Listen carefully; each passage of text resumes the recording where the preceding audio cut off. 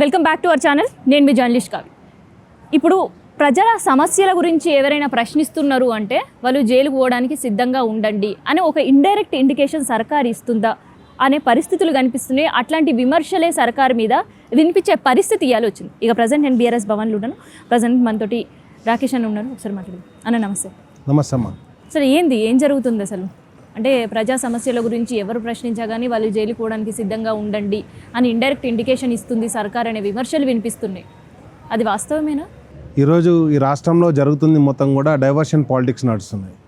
నిజంగా చెప్పాలంటే విద్యార్థుల నుంచి మొదలుపెట్టుకుంటే పోలీసుల దాకా మనం రీసెంట్గా చూసాం. నిన్ననే రామన్నను కలిసి పోలీసులు కూడా డిస్మిస్ అయినటువంటి పోలీసుల వాళ్ళ బాధలు చెప్పుకోవడం జరిగింది. ఎవరైతే తెలంగాణ స్పెషల్ పోలీసుగా పనిచేస్తున్నటువంటి వాళ్ళు గతంలో 15 రోజులకోసారి ఇంటికి పెట్టేవాళ్ళు. వాళ్ళు కాదు 26 రోజులు చేసిన తర్వాత మీరు ఇంటికి పోవాలి, ఇస్తే పోవాలి, లేకపోతే లేదు, 6 నెలల దాకా ఇంటికి పోయేది లేదన్నప్పుడు వాళ్ళ కుటుంబాలు నచ్చి కూడా రోడ్డు మీద కూర్చున్నాయి. వెంటనే వాళ్ళందరినీ డిస్మిస్ చేయడం జరిగింది. ఈరోజు దాన్ని అణిచివేసినామని చెప్పేసి ఒక 40 మంది కానిస్టేబుల్ని డిస్మిస్ చేయడం ద్వారా ఒక పైశాచిక ఆనందాన్ని పొందుతారు. అదేవిధంగా ఈరోజు ఇక్కడ ఉన్నటువంటి రైతులు తమ హక్కులను అడిగినప్పుడు వెంటనే ఏదో ఫార్మాసిటీ అని భూముల కొనుగోలని లేకపోతే ఇంకోటి అని చెప్పేసి దాన్ని డైవర్ట్ చేయడం. అదేవిధంగా హైదరాబాద్లో పర్మిషన్లు ఎందుకు ఇస్తలేరు అనగానే ఎందుకు పర్మిషన్ ఇవ్వట్లేదు, పర్మిషన్లు 6 నెలల నుంచి ఆగినాయని చెప్పేసి కేటీఆర్ గారు ప్రశ్నించగానే వెంటనే దాన్ని ఏం చేశారు, హైడ్రా అనే పేరు మీద ఒక హైడ్రామా సృష్టించి తద్వారా మొత్తం కూడా బిల్డింగ్లన్నీ కూలగొట్టడం. అసలు బఫర్ జోన్లో లేకున్నా లేకపోతే అవి చెరువులు నాలాల పక్కన లేకున్నా మొత్తం వాటిని కూలగొట్టే కార్యక్రమం అదే అయిపోయింది. వెంటనే ఇంకోటి ఇది మూసీ రివర్ ఫ్రంట్ అంటే నది గర్భంలో ఉన్న వాటిని ఎవరికైనా తొలగించమన్నారు. కానీ నది గర్భం కాకుండా చుట్టుపక్కల ఉన్నటువంటి ఇళ్ళనన్నీ క్యాప్చర్ చేయడం. అంతెందుకండి, మనకు ఉస్మానియా హాస్పిటల్ ఉంది కదా, దాన్ని కూడా పోలీస్ గ్రౌండ్కి షిఫ్ట్ చేసి ఆ ఉస్మానియా హాస్పిటల్ని కూడా రేపు పొద్దుగాల మల్టీ కాంప్లెక్స్కు ఏదో ఒక బిల్డర్కు మోడీ లాంటి అదానీ లాంటి కంపెనీలకు ఇవ్వడానికి ఈరోజు దాన్ని కుట్ర చేయడం జరుగుతుంది. కాబట్టి అదానీ లాంటి వాళ్ళు వచ్చేసి మోడీ అదాని ఇద్దరు మిత్రులు అని చెప్పేసి రాహుల్ గాంధీ చెప్తారు. అదే అదాని 100 కోట్ల రూపాయలు తీసుకొచ్చేసి ఇక్కడ రేవంత్ రెడ్డి గారికి అందిస్తాడు. మెగా కృష్ణారెడ్డి ఒకప్పుడు అదొక ఫేక్ కంపెనీ అని చెప్పినటువంటి ముఖ్యమంత్రి గారు ఆయన దగ్గర నుంచి 200 కోట్లు తీసుకుంటాడు. దేనికి తీసుకున్నావు అంటే అదేదో సీఎం రిలీఫ్ ఫండ్ కాదు, వరద సహాయానికి కాదు, దేనికి కాదు. ఈయన కట్టబోయే ఫ్యూచర్ సిటీకి ఈయన ఫ్యూచర్లో ఏదో కట్టబోతాడంటే దానికి డబ్బులు ఇచ్చిపోతారు వాళ్ళంతా. కాబట్టి మొత్తం కూడా రాష్ట్ర ప్రభుత్వం ఏర్పడ్డప్పటి నుంచి మీకు సింపుల్గా చెప్పాలంటే ఫ్రీ బస్ ఇచ్చారు మహాలక్ష్మి స్కీమ్ కింద 2500 రూపాయలు ప్రతి మహిళకు అందించాలి. అవి అందించలేదు. మళ్ళీ ఆర్టీసీకి ఇచ్చినటువంటి చెక్ కూడా 280 కోట్ల చెక్ బౌన్స్ అయింది. రాష్ట్ర ప్రభుత్వం ఇచ్చిన చెక్ బౌన్స్ అయింది. రేపు పొద్దుగాల ఆర్టీసీ కూడా అది ఎత్తేసే అవకాశాలు ఉన్నాయి. ఆల్రెడీ డీకే శివకుమార్ గారు పక్క రాష్ట్రంలో అనౌన్స్ చేశారు. కాబట్టి ఎప్పటికప్పుడు ఏది అడుగుతుందని డైవర్షన్ పాలిటిక్స్ చేయాలి. మీరు సింపుల్గా చూడండి, ఇప్పుడు రైతు బంధు ఎందుకు వేయలేదా, నువ్వు 10,000 కాడ 15,000 ఇస్తా అన్నావు, మరి ఎందుకు వేయలేదు అనగానే వెంటనే రైతు రుణమాఫీ అని చెప్పారు, అవి కూడా వేయలేదు. కాబట్టి ఎప్పటికప్పుడు కూడా డైవర్షన్ పాలిటిక్సే చేస్తారు తప్పితే అభివృద్ధి పాలిటిక్స్ లేవు. వీళ్ళ లక్ష్యం అంతా కూడా ఏ విధంగా ఈ రాష్ట్రాన్ని దోచుకోవాలి అని చెప్పేసి ఒక లక్ష్యంతో ముందుకు పోతారు తప్పితే ఎక్కడ కూడా ప్రజా సంక్షేమం కావచ్చు, ప్రజా అభివృద్ధి కావచ్చు. కేసీఆర్ కిట్టు లేదు, ఈరోజు బాలింతలకు ఇచ్చే న్యూట్రిషన్ ఫుడ్ కిట్టు లేదు. అదేవిధంగా షాదీ ముబారక్ కళ్యాణ లక్ష్మి అప్పుడు తులం బంగారం ఇస్తున్నారు, అది లేదు.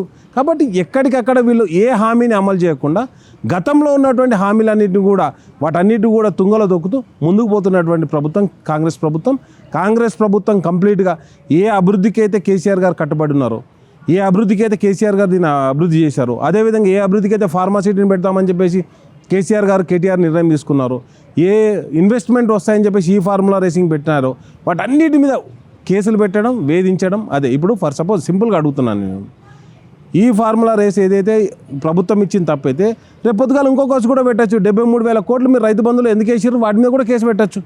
ప్రభుత్వం ఇచ్చిన డబ్బుకు దేని మీదనే కేసు పెట్టచ్చు. ప్రభుత్వం ఇన్వెస్ట్మెంట్ పాయింట్ ఆఫ్ వ్యూగా తీసుకొచ్చిందా, లేకపోతే అది ఇన్వెస్ట్ పెడదామని పోతుందా, వాటికి ఏం సంబంధం లేదు. ఈరోజు వచ్చింది ఓన్లీ కక్షపూరిత రాజకీయాలు చేయడానికి వచ్చారు తప్పితే ఎక్కడా కూడా ప్రజా సంక్షేమం లేదు. ఈరోజు ఫార్మా రైతు వాళ్ళకు ధర కట్టియమన్నాడు. అయితే ఇంకొకటి, గతంలో కూడా బీఆర్ఎస్ గవర్నమెంట్ ఉన్నప్పుడు కూడా రైతుల దగ్గర నుంచి భూములు తీసుకొని ప్రాజెక్టులు కట్టిన పరిస్థితి. కానీ ఏ రైతు కూడా వచ్చిన ఆఫీసర్ని కొట్టి పంపించాల్సిన పరిస్థితి అయితే ఎన్నడూ కనిపించింది. కానీ ఈరోజు అది సొంత నియోజకవర్గ ప్రజలే తిప్పికొట్టే పరిస్థితి, దాడి చేసే పరిస్థితి అధికారుల మీద. ఇది ఎట్లా తీసుకోవచ్చు? అంటే కేవలం అది కొడంగల్కి మాత్రమే ఇట్లాంటివి జరిగిందా, లేదంటే రేపు పొద్దున తెలంగాణ మిగతా జిల్లాల్లో, లేదంటే రేపో మాపో మూసీ ఫ్రంట్ గురించి మళ్ళీ మూసీ నది తీరానికి పోయినప్పుడు ఇదే పరిస్థితి కనిపిస్తుంది రివర్ బెడ్ పైన? అమ్మ ఒకటి మనం మాట్లాడే భాష ఏ విధంగా ఉంటుందో మనం ఏ ప్రాంతంలో ఉంటామో ఆ ఇంపాక్ట్ అనేది తప్పకుండా పడుతుంది. ఏం చెప్పిండు ఈ ముఖ్యమంత్రి గారు, ఈ చింతపండు కొట్టుర్రి, ఉరికిచ్చి కొట్టుర్రి, లాగులల్లో తొండలు జొర్ర కొట్టుర్రి ఆయన భాష. ఆయన మాట్లాడుతున్న భాషనే ప్రజలు అడాప్ట్ చేసుకున్నారు. అది కొడంగల్ నుంచి స్టార్ట్ అయింది. రేపు అధికారుల మీద దాడి ఎవరు చేసినా తప్పే అండి. కానీ ఆయన డైరెక్ట్గా గతంలో 10 సంవత్సరాలు ముఖ్యమంత్రిగా చేసిన ఉద్యమ నాయకుడి మీద కామెంట్లు చేసినప్పుడు, అదేవిధంగా ప్రజల మీద కామెంట్ చేసినప్పుడు, ఎవర్రా వాడు, ఎందుకు వచ్చిండ్రా, కొడతాం తంతాం అన్నప్పుడు తప్పకుండా ప్రజలు కూడా దాన్నే మోటివేషన్గా తీసుకుంటారు కదా. ఆ మోటివేషన్ ఈరోజు కొడంగల్లో జరిగింది. కాబట్టి నేను ఒకటే అంటున్నా, మాట్లాడేటప్పుడు ఒక అధికారంలో ఉన్నప్పుడు మనం చెప్పేటువంటి భాష కావచ్చు, మనం ఇచ్చేటువంటి స్పీచ్ కావచ్చు, ఒక ఇన్వెస్ట్మెంట్ స్పీచ్ ఉండాలి. ఎస్, రేపు పొద్దుగాల మీకు ఇక్కడ ఫార్మా కంపెనీ వస్తుంది. ఆ కంపెనీ రావడం ద్వారా అద్భుతమైన ఉద్యోగాలు వస్తాయని చెప్పేసి మల్లన్న సాగర్ కట్టినాం, దానిలో నీళ్ళు నిండలేదు అమ్మ. ఈరోజు పోయి చూద్దాం పారి, నీళ్ళు నిండున్నాయి. 50 TMCల నీళ్ళు నింపింది కాంగ్రెస్ ప్రభుత్వం. ఎందుకు? హైదరాబాద్ దాహార్తిని తీర్చడానికి. ఆ రోజు కేసీఆర్ గారు కట్టినవన్నీ కూడా, నిర్మించినవన్నీ కూడా ఫ్యూచర్ను డెవలప్ చేయడానికి, ఈయన తన ఫ్యూచర్ను నిర్మించుకోవడానికే చేస్తుంది తప్పితే ఎక్కడ కూడా కాంగ్రెస్ పార్టీ ప్రతి నాయకుడు కూడా తమ ఫ్యూచర్ను నిర్మించుకోవడానికి తెలంగాణ రాష్ట్రాన్ని వాడుకుంటారు తప్పితే తెలంగాణ రాష్ట్ర పునర్నిర్మాణానికి ఎక్కడ కూడా ఉపయోగపడట్లేదు. కాబట్టి ప్రజలు ఆ విధంగా తిరగబడ్డారు. అంతేందుకని మీరు చూసారు కొడంగల్లో జరిగిన ఘటనకి ఇక్కడ ఉండే అరెస్ట్కి సంబంధం ఏంది? అంటే ప్రజలు మాజీలైనంత మాత్రాన, అధికారులు మాజీలైనంత మాత్రాన సమస్యలు చెప్పుకోవద్దా? అమ్మ, గతంలో ఈ కల్చర్ అనేది తెలంగాణ ప్రాంతంలో లేదు.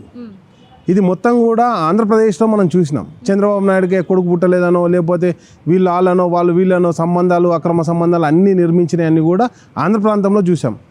ఏదైతే అక్కడ గురుకు తగ్గ శిష్యునిగా అవన్నీ అడాప్ట్ చేసుకోవడం జరిగింది. కొండ సురేఖ గారు ఒక మహిళ అయి ఉండి ఇష్టారీతిగా మహిళల మీద మాట్లాడింది. ఆ ధైర్యం సీఎం, అది కూడా గాంధీ జయంతి రోజు, అది కేటీఆర్ని బ్లేమ్ చేయడానికి.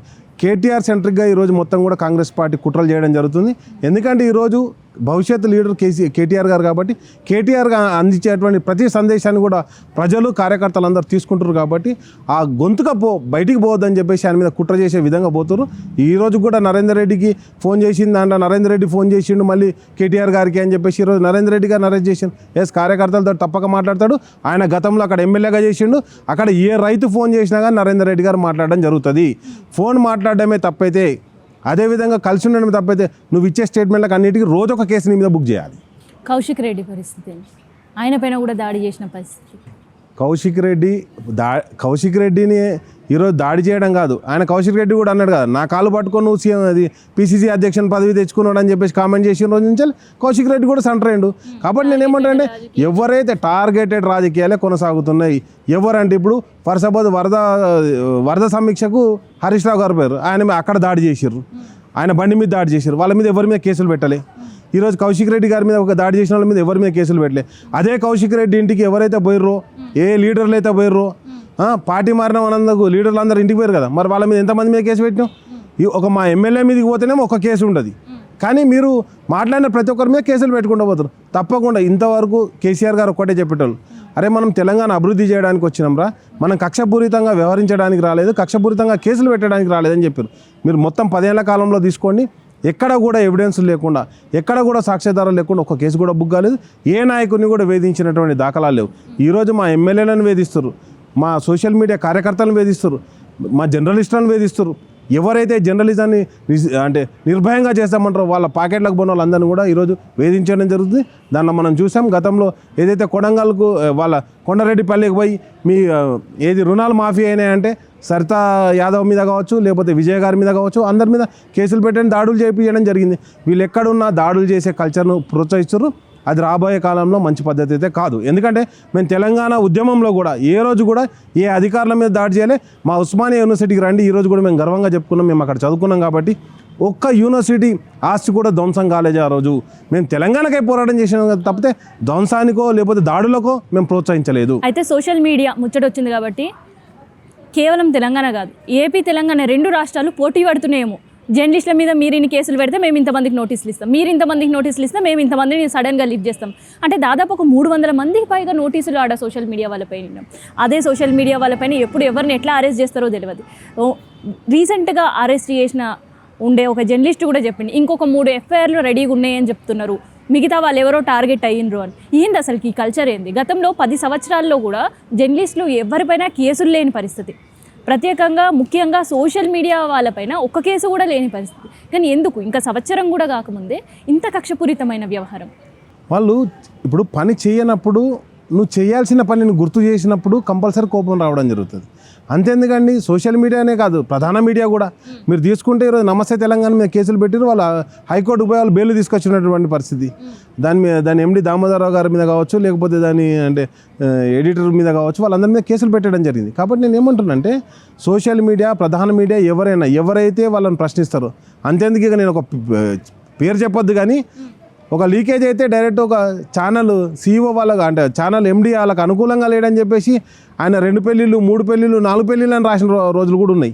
కాబట్టి నేను ఏమంటున్నానంటే కంప్లీట్గా ఒక దాడి చేసేటువంటి పరిస్థితిలో ఉంది ఈరోజు. కంప్లీట్గా మీడియాను దుర్వినియోగం చేయాలి. మీడియా అయితే మేము చెప్పినట్టు రాయాలి, లేకపోతే మాకు వ్యతిరేకంగా రాస్తే తప్పకుండా కేసులు ఎదుర్కోవాలనే ఉద్దేశంతో వాళ్ళు పోవడం జరుగుతుంది. Especially I'm also requesting to the social media people, జాగ్రత్తగా ఉండండి. ఎందుకంటే వీళ్ళు మీ మీద కుట్రపూరితంగా ఉంటారు. ఉన్నా కానీ ఒక ధైర్యం మాత్రం మేము ఇస్తాం. ఇక్కడ మాకు అడ్వకేట్ టీం ఉన్నది టీఆర్ఎస్ భవన్లో. మీరు ఎప్పుడు వచ్చినా కానీ మీకు మొన్న రంజిత్ రెడ్డి అని చెప్పేసి ఒక జర్నలిస్ట్ని అరెస్ట్ చేస్తే వెంటనే మా ఇక్కడ ఉన్నటువంటి లీగల్ టీం రెస్పాండ్ అయింది. ఆయనకు వెంటనే బెయిల్ కూడా తీసుకురావడం జరిగింది. కాబట్టి ఎవరైనా కానీ ఏది ఉన్నా కానీ ఇన్ఫర్మేషన్ వెంటనే తెలంగాణ భవన్కి అందించాలని చెప్పేసి కూడా వాళ్ళకి విజ్ఞప్తి చేయడం జరుగుతుంది. డన్. సో ఇది రాష్ట్రంలో జరుగుతున్న డైవర్షన్ పాలిటిక్స్, అరెస్ట్ పాలిటిక్స్ సంబంధించి సోషల్ మీడియా పైన జరుగుతున్న ఒక అరెస్ట్లకు సంబంధించిన ఇన్ఫర్మేషన్.